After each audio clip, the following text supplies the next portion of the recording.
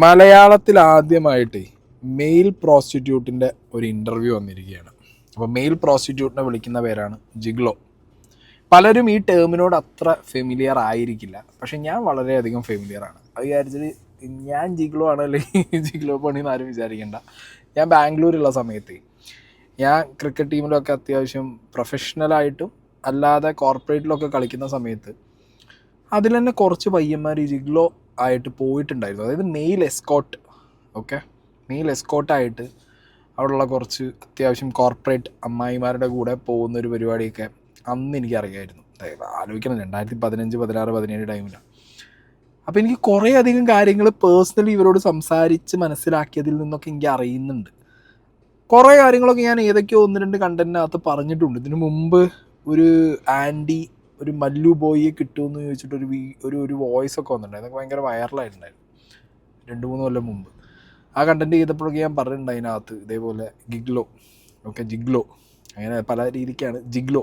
ഈ സാധനം mail prostitutes എന്ന് പറഞ്ഞിട്ടുള്ള ഒരു സംഗതി ഉണ്ട്, അങ്ങനെ ചെയ്യുന്നവരുണ്ട്. അതൊരു പ്രൊഫഷനായിട്ട് എടുത്തവരുണ്ട്, അല്ലെങ്കിൽ പൈസ ഉണ്ടാക്കാനുള്ളൊരു സൈഡ് പരിപാടിയായിട്ട് എടുത്തവരുണ്ടെന്നൊക്കെ ഞാൻ പറഞ്ഞിട്ടുണ്ടായിരുന്നു. അപ്പോൾ ഇപ്പോൾ മലയാളത്തിൽ ആദ്യമായിട്ടാണ് നമ്മൾ ഗദ്ദാഫിയുടെ പോഡ്കാസ്റ്റിൽ പുരുഷ വേശ്യകൾ ഇവിടെ സജീവമാണ് എന്ന് പറഞ്ഞിട്ട് life of a male prostitute ഒരു പോഡ്കാസ്റ്റ് വന്നിട്ടുണ്ട്. കുറച്ചധികം കാര്യങ്ങൾ നമുക്ക് നോക്കാം. ഒരു മെയിൽ പ്രോസ്റ്റിറ്റ്യൂട്ടിൻ്റെ ലൈഫ് എങ്ങനെയാണ് നിങ്ങളെപ്പോലുള്ള ആൾക്കാർ ഇവിടെ കേരളത്തിൽ വളരെ സജീവമാണോ? എങ്ങനെയാണ് ഒരു ജിഗോളുടെ ലൈഫ് ഇവിടെ? അത് കേരളത്തിൽ മാത്രമല്ല, ഇവിടെ എല്ലാ സ്ഥലത്തും ഉണ്ട്. തമിഴ്നാട്, ബാംഗ്ലൂർ, മുംബൈ, സ്പെഷ്യലി കേരളം അങ്ങനെയൊന്നുമില്ല, എല്ലാ സ്ഥലത്തും എല്ലാവരും വിളിക്കാറുണ്ട്. ഈ ഒരു പോഡ്കാസ്റ്റോട് കൂടി ജിഗളോ എന്ന് പറഞ്ഞിട്ടുള്ള ഈ ഒരു മെയിൽ പ്രോസ്റ്റിറ്റ്യൂട്ട് എന്ന് പറഞ്ഞിട്ടുള്ള ഈ ഒരു പരിപാടി കുറച്ചും കൂടി മലയാളികൾക്ക് ആളുകളിലേക്ക് എത്തി ഒന്നുകൂടി ഫെമിലിയർ ആവും എന്നുള്ളതാണ് ഈ ഒരു പോഡ്കാസ്റ്റിൻ്റെ ഇമ്പോർട്ടൻസ് എന്ന് പറയുന്നത്. ശരിക്കും ഇത് ഒരുപാട് പണ്ട് തന്നെ, ഇപ്പം ഞാൻ പറഞ്ഞല്ലോ, ഞാനൊരു 2000 ആ ഒരു 16, 15, 17 ഈ ഒരു ടൈം ഫ്രെയിമിനകത്ത് തന്നെ ഇതിനെക്കുറിച്ചും അല്ലെങ്കിൽ ഈ പരിപാടിക്ക് പോകുന്നവരെ കുറിച്ചിട്ടുള്ളൊക്കെ ഒരു അറിവ് എനിക്ക് അത് ബാംഗ്ലൂരുള്ളപ്പോൾ മനസ്സിലായിട്ടുണ്ടായിരുന്നു. ആ ടൈമിലൊക്കെ നമ്മുടെ നാട്ടിൽ ഇതൊക്കെ സജീവമാണോ എന്ന് വെച്ച് കഴിഞ്ഞാൽ മെയിൽ എസ്കോട്ട് സിസ്റ്റം നാട്ടിൽ ചിലപ്പോൾ ഏറ്റവും ഹൈ പ്രൊഫൈൽഡായിട്ടുള്ള ആരെങ്കിലും ഒക്കെ അങ്ങനത്തെ ഒരു പരിപാടി നോക്കുമായിരിക്കും. പക്ഷേ ഒരു മെയിൽ പ്രോസ്റ്റിറ്റ്യൂഷൻ എന്ന് പറഞ്ഞിട്ടുള്ള പരിപാടി നമ്മളെ നാട്ടിൽ അത്ര, എനിക്ക് തോന്നുന്നു അതൊരു 10-15 കൊല്ലം മുമ്പൊന്നും അത്ര ഉണ്ടാവില്ല, വിരലിലുണ്ടാവുന്ന കുറച്ചേ ഉണ്ടാവുള്ളൂ. പക്ഷേ ഇപ്പം അങ്ങനെയല്ല കേട്ടോ കാര്യങ്ങൾ. ഇപ്പോൾ വളരെ സ്ഥിതി ഒരുപാട് പേര് ഈ ഗിഗ്ലോ എന്ന് പറഞ്ഞിട്ടുള്ള ഈ ഒരു പരിപാടിക്ക് പോകുന്നുണ്ട്, അതിൽ നിന്ന് ഇൻകം ഉണ്ടാക്കുന്നുണ്ട്. അങ്ങനെ ഒരു സൈഡിലൂടെ ഇതൊരു എന്താ പറയുക, വേറൊരു ഇൻകം സോഴ്സായിട്ട് തന്നെ നമ്മുടെ സൊസൈറ്റിക്കകത്ത് കേരളത്തിൽ, അതും എസ്പെഷ്യലി മെട്രോ സിറ്റീസിനകത്തൊക്കെ ഇത് ഓടിക്കൊണ്ടിരിക്കുന്നുണ്ട്. ഓക്കെ, ആൻഡ് ഈ ഒരു പോഡ്കാസ്റ്റ് കൊണ്ട് ഇനിയിപ്പോൾ ഇതിനെക്കുറിച്ച് കൂടുതൽ ആളുകൾ അവെയർ ആവും എന്നുള്ളൊരു കാര്യമുണ്ട്. ആൻഡ് ഇത് പറയുമ്പോഴും ഞാൻ പല കണ്ടൻറ്റുകളിലായിട്ട് പറഞ്ഞു വെച്ചൊരു കാര്യം ഞാൻ റിപ്പീറ്റ് ചെയ്യുകയാണ്. ഇന്ത്യയിൽ ലീഗൽ ഇങ്ങനത്തെ പരിപാടികൾ, ബ്രോത്തൽസ്, ലീഗൽ സെക്സ് വർക്കേഴ്സ്, ഇങ്ങനത്തെ പരിപാടികളൊക്കെ ലീഗലാക്കിയിട്ട് തന്നെ ഗവൺമെൻറ് കൊണ്ടുവരേണ്ട ഒരു ടൈം ഭയങ്കരമായിട്ട് വന്നിട്ടുണ്ട്. ഇത് വന്നു കഴിഞ്ഞാൽ തന്നെ ഒരു പരിധി വരെ ഇത് തീർക്കാനുള്ളവർ, കാമം തീർക്കാനുള്ള ഒരു കാശും കൊടുത്തില്ല, ഈ പറഞ്ഞ ഗവൺമെൻറ് ഓഡിറ്റ് ചെയ്ത് വെച്ചിട്ട് തന്നെ ഇതിനൊക്കെ ലൈസൻസും കൊടുത്ത് അങ്ങനെ തീർത്ത് പോയിക്കോട്ടെ. പല രാജ്യങ്ങളിലും അങ്ങനെ ഉണ്ട്. ഇപ്പോൾ തായ്ലാൻഡൊക്കെ പോയി കഴിഞ്ഞാൽ ഇഷ്ടംപോലെ ഇതൊരു സെക്സ് വർക്കാണ്. അത് അങ്ങനെ ആയിക്കഴിഞ്ഞാൽ തന്നെ കുറേ പ്രശ്നങ്ങളൊക്കെ ഇവിടെ, കുറേ കഴപ്പത്തികളുടെയൊക്കെ കഴപ്പ് തീർന്ന് കിട്ടിക്കോളും. മനസ്സിലായോ? പിന്നെ ഇതിൽ നിന്ന് ഇൻകം ഉണ്ടാക്കി ജീവിക്കുന്നവർക്ക് അങ്ങനെ വേണമെങ്കിൽ അങ്ങനെ ആ ഒരു ഇത് ഉണ്ടാക്കി ജീവിക്കണം എന്നാണെങ്കിൽ അങ്ങനെ അത് ലീഗലൈസ്ഡ് ആയിട്ട് എടുത്ത് പോയിക്കോട്ടെ. പിന്നെ കുറച്ചുകൂടി സേഫ് ആവും. ഇപ്പോൾ നമ്മൾ കഴിഞ്ഞ ദിവസങ്ങളിലൊക്കെ കണ്ടതാണ്, പെരുമ്പാവൂർ പോലത്തെ സ്ഥലങ്ങളിലൊക്കെ ഇഷ്ടംപോലെ അന്യ സംസ്ഥാന തൊഴിലാളികൾ വന്നിട്ട് ഇല്ലീഗൽ സെക്സ് വർക്കും കാര്യങ്ങളും ചെയ്ത് HIV കൗണ്ട് കൂടി ഇത് ഭയങ്കര വിഷയമായിക്കൊണ്ടിരിക്കുക. അപ്പോൾ ഇന്ത്യൻ ഗവൺമെൻറ് ഇത് വളരെ സീരിയസ് ആയിട്ട് എടുക്കണം. ലീഗലൈസ്ഡ് സെക്സ് വർക്ക് എന്ന് പറഞ്ഞ പരിപാടി ബ്രോത്തൽസും ഇവിടെ കൊണ്ടുവന്നാൽ ഗവൺമെൻറ്റിനും ഒരു പക്ഷേ ഈ പറഞ്ഞ മദ്യം വിറ്റിട്ടും ലോട്ടറി വിറ്റിട്ടൊക്കെ ഉണ്ടാക്കുന്നതിനേക്കാൾ അല്ലെങ്കിൽ ടാക്സ് എന്നൊക്കെ വരുന്നതിൻ്റെയൊക്കെ അത്ര തന്നെ പൈസ ഇതെന്നൊക്കെ വരാൻ പറ്റിയ ഒരു പൊട്ടൻഷ്യലുള്ള രാജ്യമാണ് ഇന്ത്യ. അത്രയും കഴപ്പ് പിടിച്ചവരുണ്ട്. അപ്പോൾ എന്താണെങ്കിലും അതൊരു കുറേ കാലമായിട്ട് എനിക്ക് തോന്നുന്നു ഒരുപാട് പേരത് പറയുന്നുണ്ട്. ഗവൺമെൻറ്റ്സ് ഒന്നും അതൊരു കൺസിഡറേഷനിൽ എടുക്കുന്നില്ല. കാരണം അങ്ങനെയൊക്കെ പറഞ്ഞ് സംസാരിച്ചാലോ അല്ലെങ്കിൽ അത് ഏതെങ്കിലും ഒരു ഗവൺമെൻറ് കൺസിഡറേഷനിൽ എടുത്താലോ അപ്പം എന്ത് ചെയ്യുമെന്ന് അറിയോ, ഭാരതത്തിൻ്റെ സംസ്കാരം എന്നൊക്കെ പറഞ്ഞിട്ട് വരും കുറേ ടീം. എന്ത് സംസ്കാരം?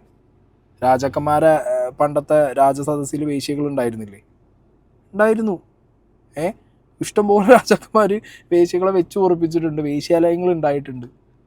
മനസ്സിലായില്ല? അപ്പം അങ്ങനത്തെ സംഗതികളൊക്കെ ഉണ്ട്. അതപ്പോൾ ഈ ഭാരതത്തിൻ്റെ സംസ്കാരത്തിൽ ഇല്ലാത്ത പരിപാടി ഒന്നുമല്ല വേശ്യാവൃത്തി എന്ന് പറഞ്ഞു കഴിഞ്ഞാൽ. ഞാൻ എന്നെ കുറിച്ച് പറയണം. എനിക്ക് അത്രയ്ക്കും ക്വാളിഫൈഡ് അല്ല ഞാൻ. പിന്നെ എനിക്ക് ആവശ്യത്തിലേറെ പ്രശ്നങ്ങളുണ്ടായിരുന്നു. പിന്നെ ഇതിൻ്റെ ഈ പ്രൊഫഷനിൽ എനിക്കൊരു ഇഷ്ടം ഉണ്ടായിരുന്നു. കുറേ പേര് റെഫർ ചെയ്യുമ്പോഴും ഒരു സമയത്തൊക്കെ ഞാൻ ഇത്രയ്ക്കും ആവുമോ അങ്ങനെ ഒരു ഇതുണ്ടായിരുന്നു. പിന്നീട് കുറേ പേര് എന്നെ റെഫർ ചെയ്യുമ്പോൾ ഞാൻ ആലോചിച്ച് അപ്പോൾ ഞാൻ അത്രയ്ക്കും കൊള്ളാമോ, എന്നെ കുറേ പേർ ഇങ്ങനെ റെഫർ ചെയ്യുന്നുണ്ടല്ലോ എന്ന് പറഞ്ഞിട്ട് എൻ്റെ ഫാമിലി സിറ്റുവേഷൻ അനുസരിച്ച് ഞാൻ അങ്ങനെ മാറിയതാണ് ഇതിൽ. ഓക്കെ. എപ്പോഴെങ്കിലും റിഗ്രറ്റ് തോന്നിയിട്ടുണ്ടോ? ഇല്ല, ഇത് ഫസ്റ്റ് ഉണ്ടായിരുന്നു. ഇപ്പം എനിക്ക് അങ്ങനെ ഒന്നും തോന്നിയിട്ടൊന്നുമില്ല. ഇപ്പോൾ ജാലിയായിട്ട് പോയിക്കൊണ്ടിരിക്കണം. കാശ് തന്നെയാണ് പ്രശ്നം, ജീവിത പ്രശ്നങ്ങൾ തന്നെയാണ് ഇവിടെയും വിഷയം. ഇപ്പോൾ ഒരു ഫീമെയിൽ പ്രോസ്റ്റിറ്റ്യൂട്ടിൻ്റെ കാര്യം പറയുമ്പോൾ എപ്പോഴും പറയാറുണ്ട്, വേശ്യാവൃത്തി അവർ തിരഞ്ഞെടുത്തത് അവരുടെ ജീവിത സാഹചര്യം കൊണ്ട് അങ്ങനെയൊക്കെയല്ലേ. അപ്പോൾ അവർ വേറെ ഒരാളെ കൊല്ലാനോ പിടിച്ചു പറിക്കാനോ വേറെ പരിപാടിക്കൊന്നും പോയില്ലല്ലോ. സെയിം അത് തന്നെയാണ് ഇപ്പോൾ മെയിൽ പ്രോസ്റ്റിറ്റ്യൂട്ടിൻ്റെ കാര്യത്തിലും. ഇയാൾ ആരെയും കൊല്ലാനും പിടിച്ചു പറിക്കാനും പറ്റിക്കാനും പോയില്ല, അതിന് വരെ അയാളെ ശരീരം വിൽക്കുന്നു. ആ ഒരു ആസ്പെക്റ്റാണ്. പിന്നെ ഇയാൾ ഈ പറഞ്ഞ പോലെ ഇയാളിതൊരു എൻജോയ് ചെയ്തുകൊണ്ടുള്ളൊരു പ്രൊഫഷനാണോ എന്ന് ചോദിച്ചു കഴിഞ്ഞാൽ എനിക്കത് പേഴ്സണലി തോന്നുന്നില്ല. ഈ റാൻഡം സെക്സ് അല്ലെങ്കിൽ കുറേ പേരായിട്ട് ഇതേപോലെ ഒരു തരം നാടകം, അഭിനയം മാത്രമാണ്. മനസ്സിലായോ? നമുക്ക് ഇഷ്ടം കൊണ്ടും സ്നേഹം കൊണ്ടും ഒക്കെയാണ് ഒരാളുമായിട്ട് നമ്മൾ ശാരീരികമായിട്ട് ബന്ധപ്പെടുമ്പോൾ അതിലൊരു ഇഷ്ടവും സ്നേഹം ഉണ്ടെങ്കിൽ മാത്രമേ അതിനകത്തൊരു ഒരു ഫുള്ളി സാറ്റിസ്ഫൈഡ് ഫീൽ കിട്ടും. അല്ലാത്ത പക്ഷം കാശിന് പോയിട്ട് ചെയ്തു വരുന്ന പരിപാടി എന്ന് പറഞ്ഞു കഴിഞ്ഞാൽ അപ്പം അതൊരു നാടകം പോലെ അതന്നെ തീർന്നു കിട്ടും. അതിനുപരി ഒന്നുമില്ല. അത് കാശിന് വേണ്ടിയിട്ട് ചെയ്യുന്ന പരിപാടി തന്നെയായിട്ട് എടുക്കാനും പറ്റും. Okay. And by the way, ഇയാൾ ഈ ഒരു ഇൻ്റർവ്യൂവിൽ ഈ ടാറ്റൂവും കാണിച്ച് വന്നിരുന്നു ഇയാളെ മുഖം പൊത്തിയിട്ടൊരു കാര്യമില്ല. അതിൻ്റെ കമൻറ്റ് ബോക്സിൽ പോയി നോക്കുമ്പോൾ ഈ ചങ്ങായി ആരാന്നും എന്താണെന്ന് ഇയാളെ പ്രൊഫൈൽ എന്താണെന്നൊക്കെ കുറേ പേര് കമൻ്റ് ഇട്ട് പോയിട്ടുണ്ട്. ഇനിയിപ്പോൾ ഈ ചങ്ങായിക്ക് മുഖം കാണിച്ചു വന്ന് ഇനി വേറെ എവിടെയെങ്കിലും ഇൻ്റർവ്യൂ എടുക്കുന്നതാവും നല്ലത്. സെലിബ്രിറ്റി എൻകൗണ്ടേഴ്സ് ഉണ്ടാവാറുണ്ട്, സെലിബ്രിറ്റീസ് അടക്കം നിങ്ങളെ കോൾ ചെയ്യാറുണ്ട് എന്നുള്ളത് വളരെ സജീവമായിട്ട് തന്നെ സെലിബ്രിറ്റി എൻകൗണ്ടേഴ്സിൽ അപ്പോൾ ഇവിടെ കേരളത്തിൽ നടക്കുന്നുണ്ടോ? കേരളത്തിലും ഉണ്ട്, തമിഴ്നാട്ടിലും ഉണ്ട് സെലിബ്രിറ്റീസ് എൻകൗണ്ടേഴ്സ്. ഇവിടെ മാത്രമല്ല, എല്ലാ സ്ഥലത്തു നിന്നും വിളിക്കാറുണ്ട്, പോവാറുണ്ട്, മീറ്റ് ചെയ്യാറുണ്ട്. അപ്പോൾ എങ്ങനെ സെലിബ്രിറ്റീസ് നിങ്ങളെ കണക്ട് ചെയ്യുന്നത് എങ്ങനെ? അതിൻ്റെയായിട്ടുള്ള വെബ്സൈറ്റ് ഉണ്ട്, ഫേസ്ബുക്ക്, അങ്ങനെ കുറേ വെബ്സൈറ്റ് ഒക്കെ ഉണ്ട്. ഇതുവഴിയാണ് അവർ ഞങ്ങളെ കോൺടാക്ട് ചെയ്യുന്നത്. ഓക്കെ. സ്റ്റാർട്ടിങ്ങിൽ കോൺടാക്ട് ചെയ്ത ഉടനെ മീറ്റ് ചെയ്യാമോ അങ്ങനൊന്നും ചോദിക്കില്ല. ഫസ്റ്റ് നല്ല ഫ്രണ്ട്ലി ആയിട്ട് സംസാരിക്കും. നമുക്കറിയാമല്ലോ അവർ എന്തിനാണ് സംസാരിക്കുന്നത് എന്ന് പറഞ്ഞിട്ട്. അങ്ങനെ ഒരു ദിവസം ഫുള്ള് ചാറ്റിങ്ങും വിളിയൊക്കെ ഉണ്ടാവും. അത് കഴിഞ്ഞിട്ട് പിന്നീട് ചോദിക്കും, ഒരു ദിവസം എൻ്റെ ഇവിടെ നിന്ന് സ്റ്റേ ചെയ്യാമോ, നമുക്ക് എവിടെയെങ്കിലും ഷോപ്പിംഗ് പോകാമോ, അല്ലെങ്കിൽ ഒരു പിക്നിക് പോലെ പോകാമോ, ഒരു ദിവസം നിങ്ങളുടെ പേയ്മെന്റ് എത്രയാണ് എന്നൊക്കെ ചോദിക്കും. അങ്ങനെ ചോദിച്ചിട്ടാണ് ഞങ്ങൾ അവർ സെലക്ട് ചെയ്യുന്നത്. ഓക്കെ. ഇപ്പോൾ സിനിമയിൽ ഉള്ള ഇപ്പോൾ നടിമാരോ അല്ലെങ്കിൽ സെലിബ്രിറ്റീസൊക്കെ വിളിക്കുന്ന സമയത്തൊക്കെ ഇവരുടെയൊക്കെ പ്രൈവസി ഇവർ വളരെയധികം സൂക്ഷ്മമായിട്ട് നോക്കുന്ന ആൾക്കാരായിരിക്കുമല്ലോ. അപ്പോൾ അതെങ്ങനെ അവരുടെ പ്രൈവസി നിർത്തിക്കൊണ്ട് നിങ്ങളെ കണക്ട് ചെയ്യുകയും വിളിക്കുകയും ചെയ്യുന്നതൊക്കെ എങ്ങനെയാണ്? അവർക്ക് അവരുടേതായിട്ടുള്ള പ്രൈവസി സ്ഥലങ്ങളൊക്കെ ഉണ്ടാവും. അവരുടെ സ്ഥലത്താണ് അവർ വിളിക്കുന്നത്. പക്ഷെ മറ്റുള്ളവരുടെ മുമ്പിൽ വെച്ച് കാണുമ്പോൾ നമ്മൾ അവരുടെ ഒരു ക്യാമറമാൻ പോലെ, അല്ലെങ്കിൽ അവരുടെ ഒരു അസിസ്റ്റന്റ് പോലെ, അല്ലെങ്കിൽ അവരുടെ ഒരു മേക്കപ്പ് മാൻ പോലെ, അങ്ങനെയൊക്കെയാണ് അവർ ഞങ്ങളെ കൂടെ കൊണ്ടുപോകുന്നത്. അപ്പോൾ പുറത്തുള്ളവർ കാണുമ്പോഴും അങ്ങനെ വേറെ സംശയിക്കുന്ന രീതിയിൽ അങ്ങനെയൊക്കെ ഒന്നുമില്ലായിരിക്കും. അവർ ഫിലിം ഇൻഡസ്ട്രിയിലൊക്കെ ആയതുകൊണ്ട് അവർക്ക് കുറെ കോണ്ടാക്ട് ഒക്കെ കാണുമല്ലോ. അങ്ങനെയൊക്കെയാണ് ഞങ്ങൾ അവരുടെ കൂടെ പോകുന്നത്. ഇത് മൊത്തം ഇൻഡസ്ട്രിയിലുള്ള കുറേ ആളുകളെ സെലിബ്രിറ്റീസിനെ പിടിച്ചൊരു ചോദ്യചിഹ്നത്തിൽ, എസ്പെഷ്യലി ലേഡി സെലിബ്രിറ്റീസിനെ പിടിച്ചൊരു ചോദ്യചിഹ്നത്തിൽ ഇടുന്ന പോലത്തെ ഒരു ഐറ്റമായി പോയിട്ടോ ഈ പറഞ്ഞത്. കാരണം ഇനി ഈ ലേഡി സെലിബ്രിറ്റീസ് വരുന്ന സമയത്ത് ഇവരുടെ കൂടെ റാൻഡമായിട്ട് ഒരു മേക്കപ്പ് മാനോ ഒരു ബോഡി ഗാർഡോ ആരെങ്കിലുമൊക്കെ കണ്ടു കഴിഞ്ഞാൽ മലയാളികൾ ഇനി ഇവൻ ജിഗിളോ ആണോ എന്നുള്ള രീതിയിൽ കാര്യങ്ങൾ എടുക്കുമോ എന്നുള്ളൊരു സംശയം എനിക്കുണ്ട്. ഇത് ഇന്ന് ഇല്ല എന്ന് പറയാൻ പറ്റില്ല. അപ്പം ഞാൻ പറഞ്ഞേ, ഒരു 10 വർഷം മുമ്പ് ബാംഗ്ലൂരിൽ പബ്ബിൽ വരുന്ന ഒരു 40-45 എബോ ഉള്ള ആൻറ്റീസ് അവരെന്ത് ചെയ്യുന്നറിയോ? ഒരു പബ്ബിൽ വരുന്നത് തന്നെ മദ്യപിക്കാനോ ഡാൻസ് കളിക്കാനോ അല്ല. they'll come, they'll sit somewhere, okay, ഒരു കോർണറിലൊക്കെ പോയി ഇരുന്നിട്ട് പബ്ബിൽ വരുന്ന ഒരു ടീൻ പയ്യന്മാരെയൊക്കെ ഇവരെന്ത് ചെയ്യും? ചുമ്മാ കണ്ണും കൈയും കാലും കാണിക്കും. അപ്പോൾ പലരുടെയും വിചാരം ഓക്കെ പ്രോസ്റ്റിറ്റ്യൂഷന് വേണ്ടി വരുന്ന ആൻറ്റിമാരാന്ന് വിചാരിച്ചിട്ട് ചെക്കന്മാരും എല്ലാം പോകുമ്പോഴായിരിക്കും. അതായിരിക്കില്ല. ഇവർ വല്ല കോർപ്പറേറ്റ്സിൻ്റെ വൈഫോ, അല്ലെങ്കിൽ ഇവർ സ്വയം ഏതെങ്കിലും ഒരു കമ്പനിയുടെ ഹെഡോ, അല്ലെങ്കിൽ ബിസിനസ് ടൈക്കൂണിൻ്റെ ഭാര്യയോ, അല്ലെങ്കിൽ ഏതെങ്കിലും ഒരു ഫെയിം ഫീൽഡിൽ നിൽക്കുന്ന വേറെ എന്തെങ്കിലുമൊക്കെ ആയിരിക്കും ഇവരെന്ത് ചെയ്യും? കാശ് എറിയെന്ന് പറഞ്ഞാൽ, ഞാൻ പറഞ്ഞ എൻ്റെ ഒപ്പം ക്രിക്കറ്റ് കളിച്ചിരുന്ന ക്രിക്കറ്റ് ടീമിലുള്ള ഒരു പയ്യൻ, ഇവൻ ഭയങ്കര പോഷ്. ഒരു ടൈമിൽ, അതുവരെ നമുക്കറിയാലോ, ഇപ്പോൾ ക്രിക്കറ്റ് കളിക്കുന്ന സമയത്ത് മര്യാദയ്ക്ക് ഒരു വൈറ്റ്സ് പോലും മര്യാദയ്ക്ക് വാങ്ങാനില്ലാത്ത ഒരുത്തൻ പെട്ടെന്നൊരു ടൈം ഫ്രെയിമിനകത്ത് വരുന്നത് ഒരു R15ലാണ്. R15 എന്ന് പറഞ്ഞാൽ സെറ്റാണ്. R15 വരുന്നു, അവൻ ഗോവയിലേക്ക് ട്രിപ്പ് പോകുന്നു, കാശ് വാരി എറിയുന്നു, പുതിയ സ്പൈക്സ് വാങ്ങുന്നു, ഷൂസ്, അവൻ്റെ നൈറ്റ് ലൈഫ്. ഞങ്ങളിങ്ങനെ കണ്ടാ അന്ന് ഇവന് ലോട്ടറി അടിച്ചാടാ ഇവന്. He is A Bengali. അപ്പം ഞാൻ അങ്ങനെ ചോദിച്ചു ഇവനോട് ഒരു ദിവസം, അല്ല എന്താണ് മോനെ, എന്താ സംഗതി, എന്താ വാട്ട് ഹാപ്പൻ ടു യു, എവിടുന്നാണ് ഇത്ര പൈസ എന്നൊക്കെ ചോദിച്ചപ്പോൾ പറഞ്ഞു I will tell you man എന്നൊക്കെ പറഞ്ഞില്ല. ലേറ്റർ ഓൺ കോർമംഗ്ലയിൽ പബ് സ്ട്രീറ്റിനകത്ത് ഞങ്ങൾ ഹൗസ് ഓഫ് കോമൺസിനകത്ത് ഞങ്ങൾ കളിയൊക്കെ കഴിഞ്ഞിട്ട് കുറച്ച് പേര്, ഞാൻ വെള്ളമടിക്കില്ല, സൈഡ് അടിച്ച് മാറ്റുന്ന പരിപാടിയാണ് എൻ്റെത്. അങ്ങനെ എല്ലാവരും കൂടി നമ്മളെ ഏട്ടന്മാരും ഒപ്പമുള്ള ബാക്കി ടീംസ് എല്ലാവരും കൂടി നമ്മൾ ഹൗസ് ഓഫ് കോമൺസിന് പോയ സമയത്തുണ്ട് ഇവൻ നിന്ന് തുള്ളണ് ഡാൻസ് ഫ്ലോറിനകത്ത്. ഡാൻസ് ഫ്ലോറില്ല, ഹൗസ് ആൻഡ് കോമൺസിനകത്ത് ഒരു സൈഡിൽ ഇങ്ങനെ തുള്ളാം. അപ്പം അങ്ങനെ തുള്ളിക്കൊണ്ടിരിക്കുക. അപ്പം ഞാൻ ഇവിടെ മറ്റവനല്ലേ എന്ന് ചോദിച്ചു.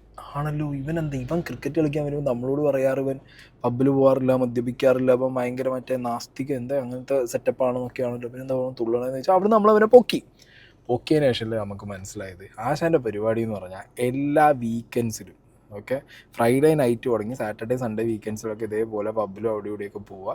ഇതേപോലെ ഏതെങ്കിലുമൊക്കെ ഒരു ആൻറ്റിമാർ ഇവനെ കറക്കി ഇവനെ എസ്കോട്ടായിട്ട് കൊണ്ടുപോകും. ആ ദിവസങ്ങളിൽ ഇവൻ എന്ത് ചെയ്യും, ഫുൾ നൈറ്റ് അവരൊപ്പം സ്പെൻഡ് ചെയ്യുന്നു, ബാക്കി പരിപാടികൾ ചെയ്യുന്നു. പിന്നെ അപ്പോഴാണ് ഇവൻ ആ ഒരു ലൈഫിനെ കുറിച്ച് പറയുന്നത്, എത്രത്തോളം അവർ സ്പെൻഡ് ചെയ്യും, ഇവന് എത്രത്തോളം കിട്ടുന്നു. ആ ടൈമിന് തന്നെ ഈ പടുവാബിക്ക് ഒരു നൈറ്റിന് 10-15 കൊടുക്കുന്ന ആളുകൾ അവിടെ ഉണ്ടായിരുന്നു. മനസ്സിലായോ? കോർപ്പറേറ്റ്സ്, അത് ശരിക്കും ഇത് പറയുന്നത് കൊണ്ട് ചിലപ്പോൾ ഭയങ്കര റോങ് ആവും, ബട്ട് സ്റ്റിൽ ഞാൻ പറയുന്നത് ഈ ഗുജറാത്തികളായിട്ടുള്ള കുറേ ബിസിനസ്സുകാരുണ്ട്. ഈ ബിസിനസ് ചെയ്യുന്ന കൂട്ടത്തിൽ ഇവർ ഭാര്യമാർ ശരിക്കും നോക്കാൻ മറന്നു പോകും, ഗുജ്ജൂസ്. അപ്പോൾ ഇവരുടെയൊക്കെ ഭാര്യമാർ രാവിലെ മറ്റേ സാരിയൊക്കെ എടുത്ത് ബുക്കിൾ കാണിച്ച് അങ്ങനെ സ്ട്രീറ്റിൽ കൂടി നടന്നു പോകണത് കാണാം. അവർ അതല്ലാതെ രാത്രി കാലങ്ങളിൽ എന്ത് ചെയ്യുന്നറിയോ, അവർ കാറ് കൊടുത്ത് ഇറങ്ങും, ഫുള്ള് മേക്കപ്പ് ഇട്ട് ഡ്രസ്സൊക്കെ ഇട്ട് ഇറങ്ങിക്കഴിഞ്ഞാൽ ഇവരെ പരിപാടി ഇതാ ഏതെങ്കിലുമൊക്കെ, കാരണം അവരുടെ ഭർത്താക്കന്മാർ fully on to this business ആയതുകൊണ്ട് അവർ രാപ്പകലില്ലാതെ പൈസ ഉണ്ടാക്കുന്ന പരിപാടി അത്ര. അപ്പോൾ ഇവർക്ക് കുറേയും കൂടി ഈ പറഞ്ഞ പോലെ ചെക്കന്മാരെ എക്സ്പ്ലോർ ചെയ്യാൻ ഒരു മെയിൽ എസ്കോർട്ടിനെയും കിട്ടാൻ വേണ്ടി ഇവർ ഇറങ്ങും. എത്രയും സ്പെൻഡ് ചെയ്യും, എത്ര വലിയ ഹോട്ടലിൽ റൂം എടുക്കും, എത്രയും സ്പെൻഡ് ചെയ്യും. അവർക്ക് ഓരോ ഫാൻറ്റസീസാണ്. ചിലർക്ക് റൈഡ് പോകണം. ഇപ്പോൾ ഇവനൊരു R15 കിട്ടിയത് എങ്ങനെയാണ്, R15 കൊടുത്തിട്ട് ഇവനോട് ഈ ആൻറ്റീനെ വെച്ച് ഗോവയിൽ പോകാൻ പറഞ്ഞു. അപ്പോൾ അങ്ങനെയൊക്കെ ഐ എം ലൈക്ക് എനിക്കിത് അറിയാവുന്നത് കൊണ്ട് ഇപ്പോൾ ഇതൊരു പ്രത്യേകിച്ചൊരു വലിയ കാര്യമായിട്ട് എനിക്ക് തോന്നുന്നില്ല. അന്ന് മുതലേ ഇതൊക്കെ അവിടെ ഉണ്ട്. ഇപ്പോൾ കേരളത്തിൽ ഇപ്പോൾ ഇതുണ്ട്. ഇപ്പോൾ ഈ സെലിബ്രിറ്റീസ് ഇങ്ങനെ കൊണ്ടുപോകുന്നു എന്നൊക്കെ പറയുമ്പോൾ ചിലർ വിചാരിക്കും തള്ളാണ് എന്നുള്ളത്. അല്ല, സെലിബ്രിറ്റീസിൻ്റെ പ്രൈവസി ഒരു പ്രശ്നമല്ല. പിന്നെ സ്വന്തം ഇൻഡസ്ട്രിനകത്തുനിന്ന് വേറെ റിലേഷൻഷിപ്പോ പരിപാടികളൊക്കെ ഉള്ളതിനേക്കാൾ നല്ല ഇതേപോലെ ഒരുത്തരം ഹയർ ചെയ്തിട്ട് 1-2 ദിവസം കൊണ്ട് സ്വന്തം ഫാൻറ്റസി തീർത്തിട്ട് വിടുക എന്നുള്ള പരിപാടിക്കാവും ഹയർ ചെയ്യുന്നത്. ഓക്കെ, ആരാ അപ്പം നിങ്ങളുടെ റേറ്റ് ഫിക്സ് ചെയ്യുന്നത് ആരാണ്, എങ്ങനെയാണ് എന്താ? അപ്പം നിങ്ങളുടെ റേറ്റ് ഫിക്സ് ചെയ്യുന്നത് നിങ്ങൾ തന്നെയാണോ, അല്ലെങ്കിൽ നിങ്ങളെ സമീപിക്കുന്ന ക്ലയൻസ് ആണോ? ഇല്ല, ഞങ്ങളുടെ റേറ്റ് ഞങ്ങളാണ് ഫിക്സ് ചെയ്യുന്നത്. ഞങ്ങൾക്ക് ഒരു ദിവസം ഇത്ര രൂപ വേണം. അതായത് ഇപ്പം ഞങ്ങളെപ്പോലെ വേറെ കുറേ പേരൊക്കെ ഉണ്ടല്ലോ. അപ്പം ഞാൻ മാത്രമല്ല ഈ ഫീൽഡിൽ, എനിക്കറിയാവുന്ന വേറെയും 1-2 പേരൊക്കെ ഉണ്ട്. അപ്പോൾ അവരുടെ അടുത്തേക്ക് ചോദിക്കും നിങ്ങളുടെ റേറ്റ് എത്രയാണെന്ന് ചോദിച്ചാൽ അവർ പറയും ഞങ്ങൾക്ക് പെർ ഡേക്ക് ഇത്രയാണ്, ഇതാണ് റേറ്റ് എന്ന് പറയും. അപ്പം ഞങ്ങൾ അതനുസരിച്ചിട്ട് എൻ്റെ കപ്പാസിറ്റിയുള്ള റേറ്റ് ഞാൻ ഫിക്സ് ചെയ്യും. ഓക്കെ, എങ്ങനെയാ റേറ്റ് വരുന്നത്, എങ്ങനെയാണ് ആ റേറ്റ്? ഇപ്പോൾ ഒരു മിഡിൽ ക്ലാസ്സിലത്തെ ആൾക്കാരാണ്, അതിനു മുമ്പ് ചാറ്റ് ചെയ്യുമ്പോഴും സംസാരിക്കുമ്പോഴും അറിയാമല്ലോ ഇവരെന്ത് ചെയ്യുന്നു എന്ന് പറഞ്ഞിട്ട്. അങ്ങനെ ഒരു മിഡിൽ ക്ലാസ് ഒക്കെ ആണെങ്കിൽ ഒരു 15,000 നിന്നും ഒരു 20-22 അങ്ങനെയൊക്കെ. കുറച്ച് റിച്ചഡ് ഒക്കെ ആണെങ്കിൽ 25 to 50. ഓക്കെ, അങ്ങനെയാണ് rate per day. 15 to 20K ഒക്കെ തരാൻ ഇവിടെ അപ്പോൾ കേരളത്തിലുള്ള ആളുകൾ എപ്പോഴും കുറച്ച് റിച്ചഡ് ആയ ഒരു വില്ലിംഗ് ആയിട്ട് ആൾക്കാരുണ്ട്. പിന്നെ നോർമലി 15 to 25 നോർമലി അങ്ങനെ തരുന്നവരും കുറേ ഉണ്ട് ഇവിടെയൊക്കെ. ഓക്കെ, അപ്പോൾ ഒരു മാസത്തിൽ അപ്പോൾ നിങ്ങൾ എത്ര ക്ലയൻറ്റിനെ വരെ കാണാറുണ്ട്, എങ്ങനെയാണ് അതിൻ്റെ ഒരു? 2 അല്ലെങ്കിൽ 3, ചില സമയത്ത് 5 ഉണ്ടാവും. ഏതായാലും 2-ൽ അധികം ഉണ്ടാവും. 2, 3, 5 മേളിൽ പോയിട്ടില്ല, 2 താഴെയും വന്നിട്ടില്ല. ഓക്കെ, ഇത് കേൾക്കുന്ന പലരും വിചാരിക്കുകയെ ഒരു പണിക്കും പോണ്ട, വളരെ സുഖമല്ലേ, 4 കളിയും കിട്ടും, മാസം ഫുള്ള് കളിച്ച് നടക്കാന്നൊക്കെ വിചാരിച്ച് ഈ 15-20 എന്നൊക്കെ പറഞ്ഞ് ചാടി കേട്ട് ഇതിൽ ഇൻസ്പയർഡ് ആയിട്ടൊന്നും പോകാൻ നിൽക്കണ്ടട്ടാ. കാരണം ഈ കൊണ്ടുപോകണം ഏതൊക്കെ രീതിയിൽ പണിയെടുപ്പിക്കും എന്നുള്ളത് പറയാൻ പറ്റില്ല. ഒന്ന്, പിന്നെ രണ്ടാമത് ഓടിക്കയറി പോണ സുഖമൊന്നും ഉണ്ടാവില്ല. കാരണം ഇങ്ങനെ കൊണ്ടുപോകാൻ വരുന്നവർക്കൊക്കെ ഒരുമാതിരി വൈൽഡ് ഫാൻറ്റസീസ് ഒക്കെ ആയിരിക്കും. അവരിട്ട് പാട്ടി പണി തിരിച്ചിട്ട് പോരാൻ പറ്റാത്ത രീതിയിലേ ആളെ പട്ടിലൊക്കെ ഇട്ട് നിർത്തും. അതുകൊണ്ട് ഇതൊന്നും കണ്ടും കേട്ടും 15 കിട്ടും 20 കിട്ടും കളി കിട്ടും എന്ന് വിചാരിക്കാൻ നിൽക്കണ്ട. പിന്നെ കൊണ്ടുപോകണവരൊക്കെ എന്ന് പറഞ്ഞാൽ ഇതിൽ ഭയങ്കര എക്സ്പീരിയൻസ്ഡ് ആയിട്ടുള്ള ആൻറ്റിമാരാവും കൊണ്ടുപോകണത്. അവർ ഇങ്ങോട്ട് കളിച്ചിട്ട് വിടും എന്നുള്ളത് മനസ്സിലാക്കണം. ഇനി 15-20 എന്നൊക്കെ ഞാൻ കേൾക്കുമ്പോൾ എനിക്ക് തോന്നുന്നത് ഇപ്പോൾ കേരളത്തിലാണെങ്കിൽ അന്ന് ബാംഗ്ലൂർ ഞാൻ പറഞ്ഞേ അവന് കിട്ടിയിട്ടുണ്ട് 15-20, 25. അപ്പോൾ ഇവിടെ ഇപ്പം എനിക്ക് തോന്നുന്നത് മേ ബി പലർക്ക് പല റേറ്റൊക്കെ ആവും ഇവരൊക്കെ പറയുന്നത്. അതുകൊണ്ട് ഇവർ മേടിക്കണു പോണു.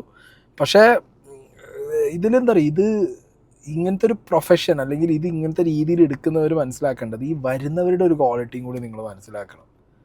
മനസ്സിലായ? അതായത് ചിലപ്പോൾ വരുന്നവർ ഒട്ടും ഹൈജീനിക് അല്ലാത്ത ആൾക്കാരൊക്കെ വന്നു കയറി നിങ്ങൾ എന്ത് ചെയ്യും? അതുകൊണ്ടാണ് ഞാൻ പറയുന്നത് ഇതിലൊന്നും ഇൻസ്പയർഡ് ആവാൻ പാടില്ല. ഓക്കെ, ഇതൊരു പ്രൊഫഷനായിട്ട് ഇനിയിപ്പോൾ അങ്ങനെ എടുത്തിട്ട് മുന്നോട്ട് പോകണം, അല്ലെങ്കിൽ ഇത് കേട്ടിട്ട് ഇനി ഞാൻ ഈ പണിക്ക് ഇറങ്ങട്ടെ എന്നൊക്കെ വിചാരിക്കുന്നവർ ഒന്നും പറയാനുമില്ല. ബട്ട് സ്റ്റിൽ മനസ്സിലാക്കുക, നമ്മുടെ സൊസൈറ്റിയിൽ ഇങ്ങനത്തെ ആളുകളുണ്ട്. ഓക്കെ, ഇങ്ങനത്തെ ജോലിക്ക് പോകുന്നവരുണ്ട്, എസ്പെഷ്യലി മെട്രോ സിറ്റീസിനകത്ത്, എസ്പെഷ്യലി കൊച്ചി, തിരുവനന്തപുരം, അങ്ങനെ കുറേ സ്ഥലങ്ങളിലുണ്ട് ഈ ഫീമെയിൽ പ്രോസ്റ്റിറ്റ്യൂഷൻ മാത്രമല്ല നടക്കുന്നത്. പിന്നെ സ്പാ കേന്ദ്രീകരിച്ചും ഇഷ്ടംപോലെ കേസുകൾ, ഹണി ട്രാപ്പ് പെട്ട കേസുകൾ എനിക്ക് പേഴ്സണലി അറിയാം. അതായത് സ്ത്രീകൾ വെച്ച ഹണി ട്രാപ്പിലേക്ക് പോയി കുടുങ്ങിയ ആണുങ്ങൾ. അതായത് ചില അത് എന്താ പറയുക, 1-2 കേസുകൾ വെരി പേഴ്സണലി എന്നോട് വന്ന് പറഞ്ഞ കേസുകളുണ്ട്. അതായത് ഇവർ വിചാരിക്കും ഒരു ആൻറ്റി വിളിക്കുന്നു, കളി പറയുന്നു, അവരിങ്ങോട്ട് കാശ് തരാമെന്ന് പറയുന്നു, ഞാൻ അങ്ങോട്ട് പോയി കഴിഞ്ഞാൽ ഇത് ഈ ഹൈ പ്രൊഫൈലായിട്ടുള്ള ആണുങ്ങൾക്കും അല്ല കേട്ടോ പറ്റുന്നത്. ഈ അത്യാവശ്യം ആവറേജ് ലിവിങ് സ്റ്റൈലുള്ള ചെക്കന്മാരെ ഇവരെ ട്രാപ്പാക്കും. ഓക്കെ, ട്രാപ്പാക്കുന്നത് എങ്ങനെയാണെന്ന് ചോദിച്ചു കഴിഞ്ഞാൽ, അത്യാവശ്യം കളിമൂടുള്ള ഒരുത്തനാന്ന് മനസ്സിലാക്കി കഴിഞ്ഞ് കഴിഞ്ഞാൽ ഇവനെ ഒരു റൂമിലേക്കോ അല്ലെങ്കിൽ ഒരു സെറ്റപ്പിലേക്കോ കൊണ്ടുപോയി കഴിഞ്ഞതിന് ശേഷം പിന്നെ ATM കാർഡും അതിന് പൈസ വിഡ്രോ ചെയ്യലും സ്വർണം മേടിച്ച് വെക്കലും അങ്ങനെ പല രീതിയിലുള്ള ഭീഷണിയും പരിപാടികളൊക്കെ ആയിട്ട് ഇതിൽ പോയി പെട്ടവരുണ്ട്. ഇങ്ങനത്തെ 2 കളി കിട്ടുന്നു വിചാരിച്ച് പോയിട്ട്, അല്ലെങ്കിൽ അവിടുന്ന് കുറച്ച് മുതലാക്കാന്ന് പറഞ്ഞ് പോയിട്ട് പിന്നെ പെടുന്ന ആൾക്കാരും ഉണ്ട് കേട്ടോ. ഇതിൻ്റെ ബാക്കിലൊക്കെ അങ്ങനത്തെ വശങ്ങളും ഉണ്ട്. അപ്പോൾ ഒരാളുടെ ഇൻ്റർവ്യൂ കേട്ട് ഓന് ഇത്ര രൂപ കിട്ടണമെന്നൊക്കെ, അല്ലെങ്കിൽ ഓൻ കുറച്ച് ഇത് നല്ല ജീവിതമാണല്ലോ എന്നൊന്നും വിചാരിച്ചാരും കയറി പോകാൻ നിൽക്കണ്ട. അങ്ങനെയുണ്ട്. ഒരു പ്രോസ്റ്റിറ്റ്യൂട്ട് എന്ന നിലയിലേ എന്തൊക്കെ പ്രിക്കോഷൻസ് ആണ് അപ്പോൾ നിങ്ങൾ ബേസിക്കലി എടുക്കുക? അതായത് മാനസികമായിട്ടും ഞാൻ പറയുന്ന പോലെ അതല്ലാതെയും നിങ്ങൾ കുറേയധികം മെഡിസിൻസും സേഫ്റ്റിയും ഒക്കെ നോക്കണ്ടേ? എന്തൊക്കെയാണ് അപ്പോൾ അത്തരം കാര്യങ്ങൾ എന്തൊക്കെയാണ് ചെയ്യാറ്? അത്തരം മന്ത്ലി വൺസ് ഞങ്ങൾ ബ്ലഡ് ടെസ്റ്റ് ചെയ്യാറുണ്ട്. VDRL, SCD അങ്ങനെയൊക്കെ കുറേ സംഭവങ്ങളൊക്കെ ഉണ്ട്, അതൊക്കെ ചെയ്യും. വല്ല കുഴപ്പമുണ്ടോയെന്ന് നോക്കും. പിന്നെ ഫുഡ്, ഡയറ്റ്, എക്സസൈസ്, വർക്കൗട്ട് അതൊക്കെ കറക്റ്റായിട്ട് പ്രോപ്പറായിട്ട് അങ്ങനെ മെയിൻറ്റെയിൻ ചെയ്തു പോകും.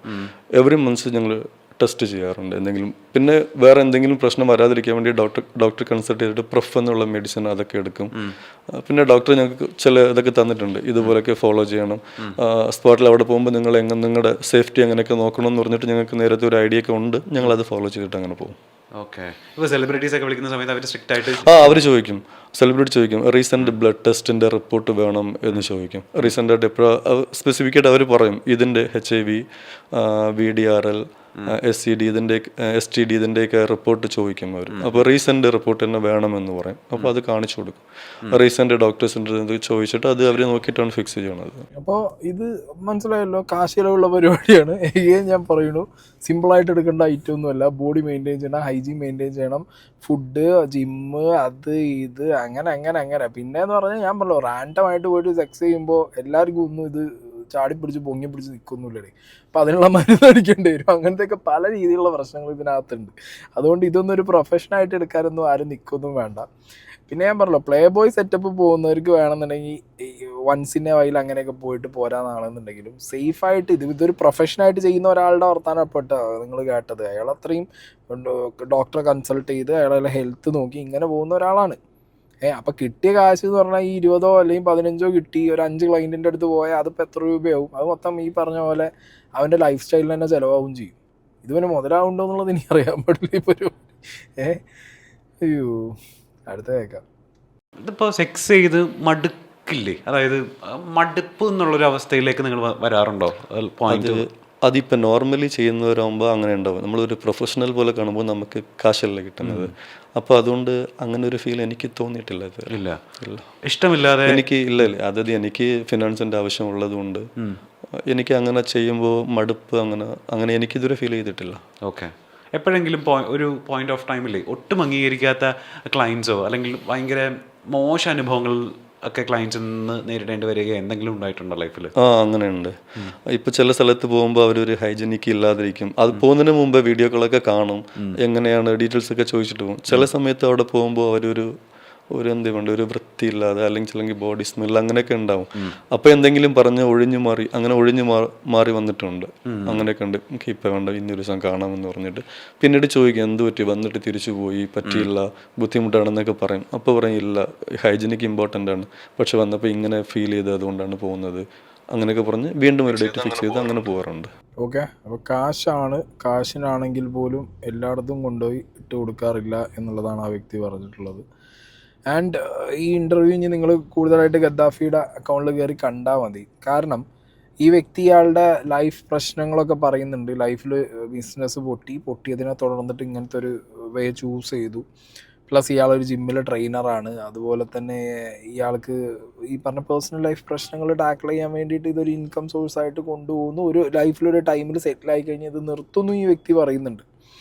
ഓക്കെ, ആൻഡ് അതിലുപരി പോൺ ഇൻഡസ്ട്രിയിൽ ഈ വ്യക്തി സജീവമായിരുന്നു എന്നും അപ്പോൾ അവിടുന്ന് കണ്ടിട്ട് ഒരുപാട് പേര് ഇയാളെ ഹയർ ചെയ്ത് വിളിച്ചു എന്നൊക്കെയാണ് പറയുന്നത്. ഈ ലൈഫിലെ പല സാഹചര്യങ്ങളിലാണ് ആണാണെങ്കിലും പെണ്ണാണെന്നുണ്ടെങ്കിലും ഇതുപോലുള്ള ഒരു സിറ്റുവേഷൻ ചൂസ് ചെയ്യുന്നത്. ഓക്കെ, അപ്പോൾ എനിക്ക് പലരെയും അറിയാം ലൈഫിൽ വളരെ മോശമായ കണ്ടീഷനിൽ നിൽക്കുമ്പോൾ ഇനി ഇതെങ്കിൽ ഇത് എന്ന് പറഞ്ഞൊരു വഴിക്ക് പോയിട്ട്, കാരണം എല്ലാവർക്കും അങ്ങനത്തെ ഒരു ഫിനാൻഷ്യൽ റോക്ക് ബോട്ട് അടിച്ച് നിൽക്കുന്ന സമയത്ത് അവർക്ക് വേറെ വഴിയില്ല. മനസ്സിലായോ? ഇപ്പോൾ എല്ലാവർക്കും കള്ളന്മാരും കള്ളത്തികളും കൊള്ളക്കാരും പീഡകരും അങ്ങനെ ആ വഴിക്ക് പോകുന്നതിനും ഇവർ ഓപ്റ്റ് ചെയ്യുന്നത് ചിലപ്പോൾ ഇങ്ങനെയായിരിക്കാം. ശരീരം വിറ്റിട്ടാണെങ്കിലും ജീവിക്കാം, അതിനൊരു അന്തസ്സുണ്ട്, ഒരാളെ പറ്റിക്കുന്നതിനേക്കാൾ നല്ലത് എന്നുള്ള രീതിക്ക് അവർ പോണതായിരിക്കും.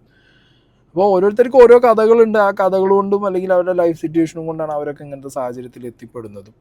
പിന്നെ അവരൊന്ന് സ്റ്റേബിളായി കഴിഞ്ഞാൽ അവരൊന്ന് മാറിപ്പോകാനുള്ള ഒരു മൈൻഡും അവർക്കുള്ളതാണ്. ഓക്കെ, പിന്നെ ഇത് ഞാൻ നേരത്തെ പറഞ്ഞ പോലെ നമ്മളെ ഗവൺമെൻറ് നോക്കിക്കാണണം ഇങ്ങനത്തെ കാര്യങ്ങളൊക്കെ. ഇപ്പോൾ ലീഗലൈസ്ഡ് സെക്സ് വർക്കേഴ്സ് ആൻഡ് ബ്രോത്തൽസ് ഒക്കെ കൊണ്ടുവന്നു കഴിഞ്ഞാൽ ഒന്നും കൂടി ഇത് സേഫ് ആൻഡ് സെക്യൂർ ആവും ഈ സംഗതികൾ. പിന്നെ നാട്ടിൽ ഞാൻ പറഞ്ഞ പോലെ എൻ്റെ ഒരു തോന്നലാട്ടോ, ഈ പിടിച്ചു കൊണ്ടുപോയിട്ട് ഉപദ്രവിച്ചതും കൊന്നതും തള്ളിയതും മനസ്സിലായി, അങ്ങനത്തെ ഒരു നീഡിന് വേണ്ടി ആ ഒരു സെക്ഷൽ ഫ്രസ്ട്രേഷൻ കൊണ്ട് കാണിച്ചു കൂട്ടുന്ന കുറേ ആനിമൽസിനൊക്കെ ഇതേപോലൊരു സ്ഥലത്ത് ചെന്ന് കഴിഞ്ഞാൽ അത് ഓഡിറ്റ് ചെയ്യാൻ ഗവൺമെൻറ്റിന് പറ്റും. ഇത് ട്രാക്ക് ചെയ്യാൻ പറ്റും. ഒരു പരിധി വരെ കുറേയൊക്കെ അങ്ങനത്തെ ഇൻസിഡൻസിനൊരു കുറേയൊക്കെ ഒരു കുറവ് സംഭവിക്കുന്നതാണ് എനിക്ക് പേഴ്സണലി തോന്നുന്നത്. സോ കാലം മാറുന്നുണ്ട്, ഓരോ കാര്യങ്ങൾക്ക് മാറ്റം വരുന്നുണ്ട്. ഞാൻ പറഞ്ഞ പോലെ ഭാരത സംസ്കാരം അല്ലെങ്കിൽ ഈ പറഞ്ഞ ഇന്ത്യയുടെ സംസ്കാരത്തിൽ ഇല്ലാത്ത സാധനമൊന്നുമല്ല അത്. ഇഷ്ടംപോലെ പണ്ടത്തെ കഥകളും അല്ലെങ്കിൽ പുണ്യപുരാണ ഐതിഹ്യങ്ങളൊക്കെ എടുത്ത് നോക്കിയാലൊക്കെ വേശ്യാവൃത്തി എന്ന് പറയുന്നത് ഒരു രാജാവും അയാളുടെ നാട്ടുരാജ്യത്തിൻ്റെ ഭാഗമായിട്ടൊക്കെ നടന്നിരുന്ന ഒരു ഐറ്റം കൂടി ആയതുകൊണ്ട് അന്നത് ലീഗലൈസ്ഡാണ്, രാജാവിൻ്റെ അണ്ടറിലാണ് ഈ പരിപാടി. ഇതിപ്പോൾ നമ്മുടെ ഈ ഒരു സിസ്റ്റം വന്നതിന് ശേഷമാണ് ഇതൊന്നും ഇല്ലീഗലായിട്ട് മാറിയതും അങ്ങനെ ഇല്ലീഗലാക്കി മാറ്റിയതും. അപ്പം എന്താണെങ്കിലും ജിഗോളോ ആവാൻ വേണ്ടിയിട്ട് അങ്ങനെ താല്പര്യപ്പെട്ട ആരും അങ്ങനെ ഓടിപ്പിടിച്ച് പോകാനോ നിൽക്കേണ്ട. ഈ ഇൻ്റർവ്യൂ അല്ലെങ്കിൽ ഞാൻ പറഞ്ഞ ഈ ഇപ്പം എനിക്കറിയാവുന്ന ഒരു ചെക്കനെ പേഴ്സണൽ എൻകൗണ്ടർ ചെയ്തതിൻ്റെ ഡീറ്റെയിൽസൊക്കെ ഞാൻ പറഞ്ഞതൊക്കെ വെച്ചിട്ട് ഇതൊക്കെ ലൈഫിൻ്റെ ഓരോ സാഹചര്യത്തിൽ ഓരോരുത്തർക്ക് വന്നു പോകുന്നൊരു സിറ്റുവേഷൻ മാത്രമാണ്. പിന്നെ അതത്ര ഇത് ഈസി ആയിട്ടുള്ള പരിപാടിയല്ല. ഞാൻ പറഞ്ഞല്ലോ, ഓടിപ്പിടിച്ച് കൊലപ്പിച്ച് പോകുക എന്ന് പറഞ്ഞു കഴിഞ്ഞാൽ പറ്റണ പണിയല്ല. അതിനൊക്കെ നല്ല അപ്പുറത്ത് സൈഡിൽ കൂടി മെഡിസിൻസ് വേണ്ടി വരും, ലൈഫ് സ്റ്റൈൽ കീപ്പ് ചെയ്യേണ്ടി വരും. 25,000-5000 ഒറ്റ രാത്രിയോട് ഉണ്ടാക്കിയിട്ട് പോരാന്നൊന്നും വിചാരിക്കേണ്ട. കൊണ്ടുപോകുന്ന കഴപ്പത്തികളെ അമ്മ അതിൽ ഊറ്റിയിട്ടേ വിടാനും പോകുന്നുള്ളൂ. പിന്നെ കൊണ്ടുപോകുന്നത് എല്ലാം ഒരു സ്ത്രീ വന്ന് കൊണ്ടുപോകുന്നു ആരും വിചാരിക്കേണ്ട. There are like different fantasies. ഒരു വീട്ടിലേക്ക് വിളിക്കുന്നതുണ്ട്. ഈ ഇൻ്റർവ്യൂ നിങ്ങൾ ഗദ്ദാഫിൻ്റെ ഉള്ളിൽ കണ്ടത്, ഞാൻ മുഴുവനായിട്ട് വെക്കുന്നില്ല, ബിക്കോസ് അത് നല്ല ഇൻട്രസ്റ്റിംഗ് ആണ്. അത് ആ ചാനലിൽ കയറി കാണുക കംപ്ലീറ്റ്ലി. ചിലർ വിളിക്കുമ്പോൾ ഭാര്യയും ഭർത്താവും കൂടിയും വിളിക്കും. ഓക്കെ, ആൻഡ് മോസ്റ്റ്ലി ഒരു 40-45 എബോ ഉള്ള ആളുകളായിരിക്കും ഇപ്പോൾ ഇങ്ങനത്തെ പരിപാടികൾക്കൊക്കെ ഈ ചെറിയ പയ്യന്മാരെയൊക്കെ വിളിച്ചു കൊണ്ടുപോകുന്നത്. ആൻഡ് നമ്മുടെ നാട്ടിൽ നടക്കുന്ന ക്രൈമിൻ്റെ ഒരു ചെറിയൊരു ഏരിയയിൽ ഇതുകൂടി ഉണ്ട്. ഈ ചെറിയ കുട്ടികളെ തട്ടിക്കൊണ്ടു പോകുന്നതൊക്കെ പരിപാടി എന്ന് പറഞ്ഞു കഴിഞ്ഞാൽ നമ്മൾ അതൊക്കെ ഉണ്ട്. ഇന്ന് തന്നെ ഞാൻ ഒരു കേസ് ഞാൻ റിപ്പോർട്ടർ ചാനലിൽ റിപ്പോർട്ട് ചെയ്തതായിട്ട് ഞാൻ കണ്ടിട്ടുണ്ട്. ഇതേമാതിരി ഒരു കുട്ടിയെ കൊണ്ടുപോയി എന്നിട്ട് അതിനെ ഉപദ്രവിച്ചു എന്നൊക്കെ. അപ്പോൾ ആൺകുട്ടികളും സേഫ് അല്ല. ഇതിൻ്റെ വേറൊരു ഫേസാണ് അത്. എന്താണെങ്കിലും ഗുഡ് പോഡ്കാസ്റ്റ് എന്നാണ് ഗദ്ദാഫിനോട് പറയാനുള്ളത്. ഇങ്ങനത്തെ ഒരു സൈഡ് ഉണ്ട്. ഒരു മെയിൽ പ്രോസ്റ്റിറ്റ്യൂട്ട് എന്ന് പറഞ്ഞാൽ ജിഗളോ എന്ന് പറഞ്ഞുള്ളൊരു സാധനം കൂടി എക്സിസ്റ്റിംഗ് ആണെന്നുള്ളത് മലയാളികൾക്ക് കുറച്ചും കൂടി ഫെമിലിയർ ആക്കി കൊടുത്തത് നന്നായി. ആൻഡ് ഇത് മാത്രമല്ല, ഈ ഗൾഫിലേക്ക് പോകുന്ന, ഞാൻ എല്ലാ പ്രവാസികളെയും പറയുന്നില്ലല്ലോ, ഈ ചില പ്രവാസികൾക്കൊക്കെ ഇത് ഭയങ്കരമായിട്ട് കണക്ട് ചെയ്യാൻ പറ്റും. ഗൾഫിലേക്ക് പല വിസയിലും കയറി പോകുന്ന, എസ്പെഷ്യലി ഹൗസ് ഡ്രൈവർ എന്നൊക്കെ പറഞ്ഞ വിസയിലൊക്കെ കയറി പോയ കുറേ ആളുകൾ അവിടെ ചെന്ന് കഴിഞ്ഞ് ഈ പരിപാടിക്കാണ് അവരെ കൊണ്ടുപോകണത്. അവിടുത്തെ വീട്ടിലെ ഈ പറഞ്ഞ അറബി സ്ത്രീകൾക്ക് കളിപ്പാട്ടമായിട്ട് പോയി പെട്ട് അവിടുന്ന് ലൈഫിൽ നിന്ന് തിരിച്ച് നാട്ടിലേക്ക് എങ്ങനെയെങ്കിലും ഓടിപ്പോകുന്ന ചെക്കന്മാരെയൊക്കെ എനിക്ക് എൻ്റെ നാട്ടിൽ നന്നായിട്ട് അറിയാം. മനസ്സിലായോ? അങ്ങനെ എക്സ്പീരിയൻസ് ഉള്ള ഒരുപാട് പേര് ഗൾഫ് രാജ്യങ്ങളിലുണ്ടാവും. പിന്നെ അവിടെ നിന്ന് ഒരു വീട്ടിൽ നിന്ന് സഹി കെട്ട് ഈറ്റങ്ങളെ എല്ലാ അട്രോസിറ്റിയും സഹിച്ച്. അപ്പം നിങ്ങൾ പറയും അയ്യോ ഇത് ഭയങ്കര സഹനമാണോ ഒരു 2 കളി കിട്ടുന്നത്? 1 2 ഒക്കെ ഓക്കെ. അത് കഴിഞ്ഞ് കഴിഞ്ഞാൽ ഊറ്റാൻ തുടങ്ങിക്കഴിഞ്ഞാണ്ടല്ലോ അതൊരാണിനെ അറിയൂ അതിൻ്റെ ഒരു അവസ്ഥ എന്താണെന്നുള്ളത്. അപ്പോൾ അങ്ങനെ ഗൾഫിൽ പോയിട്ട് ഇതേ അവസ്ഥയിൽ പെട്ട ആൾക്കാരുണ്ട്. മനസ്സിലായോ? അവരെ ഒരു മെയിൽ പ്രോസ്റ്റിറ്റ്യൂട്ട് എന്ന് പറയാൻ പറ്റില്ല എന്നുള്ളൂ. പക്ഷെ ചില വീടുകളിലൊക്കെ പോയിട്ട് ഈ പെണ്ണുങ്ങൾ കാണിച്ചു കൂട്ടിയ അപരാധത്തരമൊക്കെ സഹിച്ച് നിന്ന് പിന്നെ അവിടുന്ന് ജോലി മാറി രക്ഷപ്പെട്ട് പോകുന്നവരൊക്കെ ഉണ്ട്. പോകുന്നവരുണ്ട് നാട്ടിലേക്ക്, ചിലപ്പോൾ അവിടെ പിടിച്ചു നിന്നവരുണ്ട്. ഇതൊക്കെ സാഹചര്യത്തിൽ പോകുന്ന ആളുകളും ഉണ്ട് കേട്ടോ നാട്ടിൽ. അപ്പോൾ എന്താണെങ്കിലും ഇറ്റ്സ് എ ഗുഡ് പോഡ്. എന്താണെങ്കിലും അങ്ങനത്തെ ഈ ഒരു ലൈൻ ഉണ്ട് മലയാളികൾക്ക് അറിയിച്ചു കൊടുക്കാൻ ഗദ്ദാഫിനെ കൊണ്ട് സാധിച്ചു. ഗുഡ്.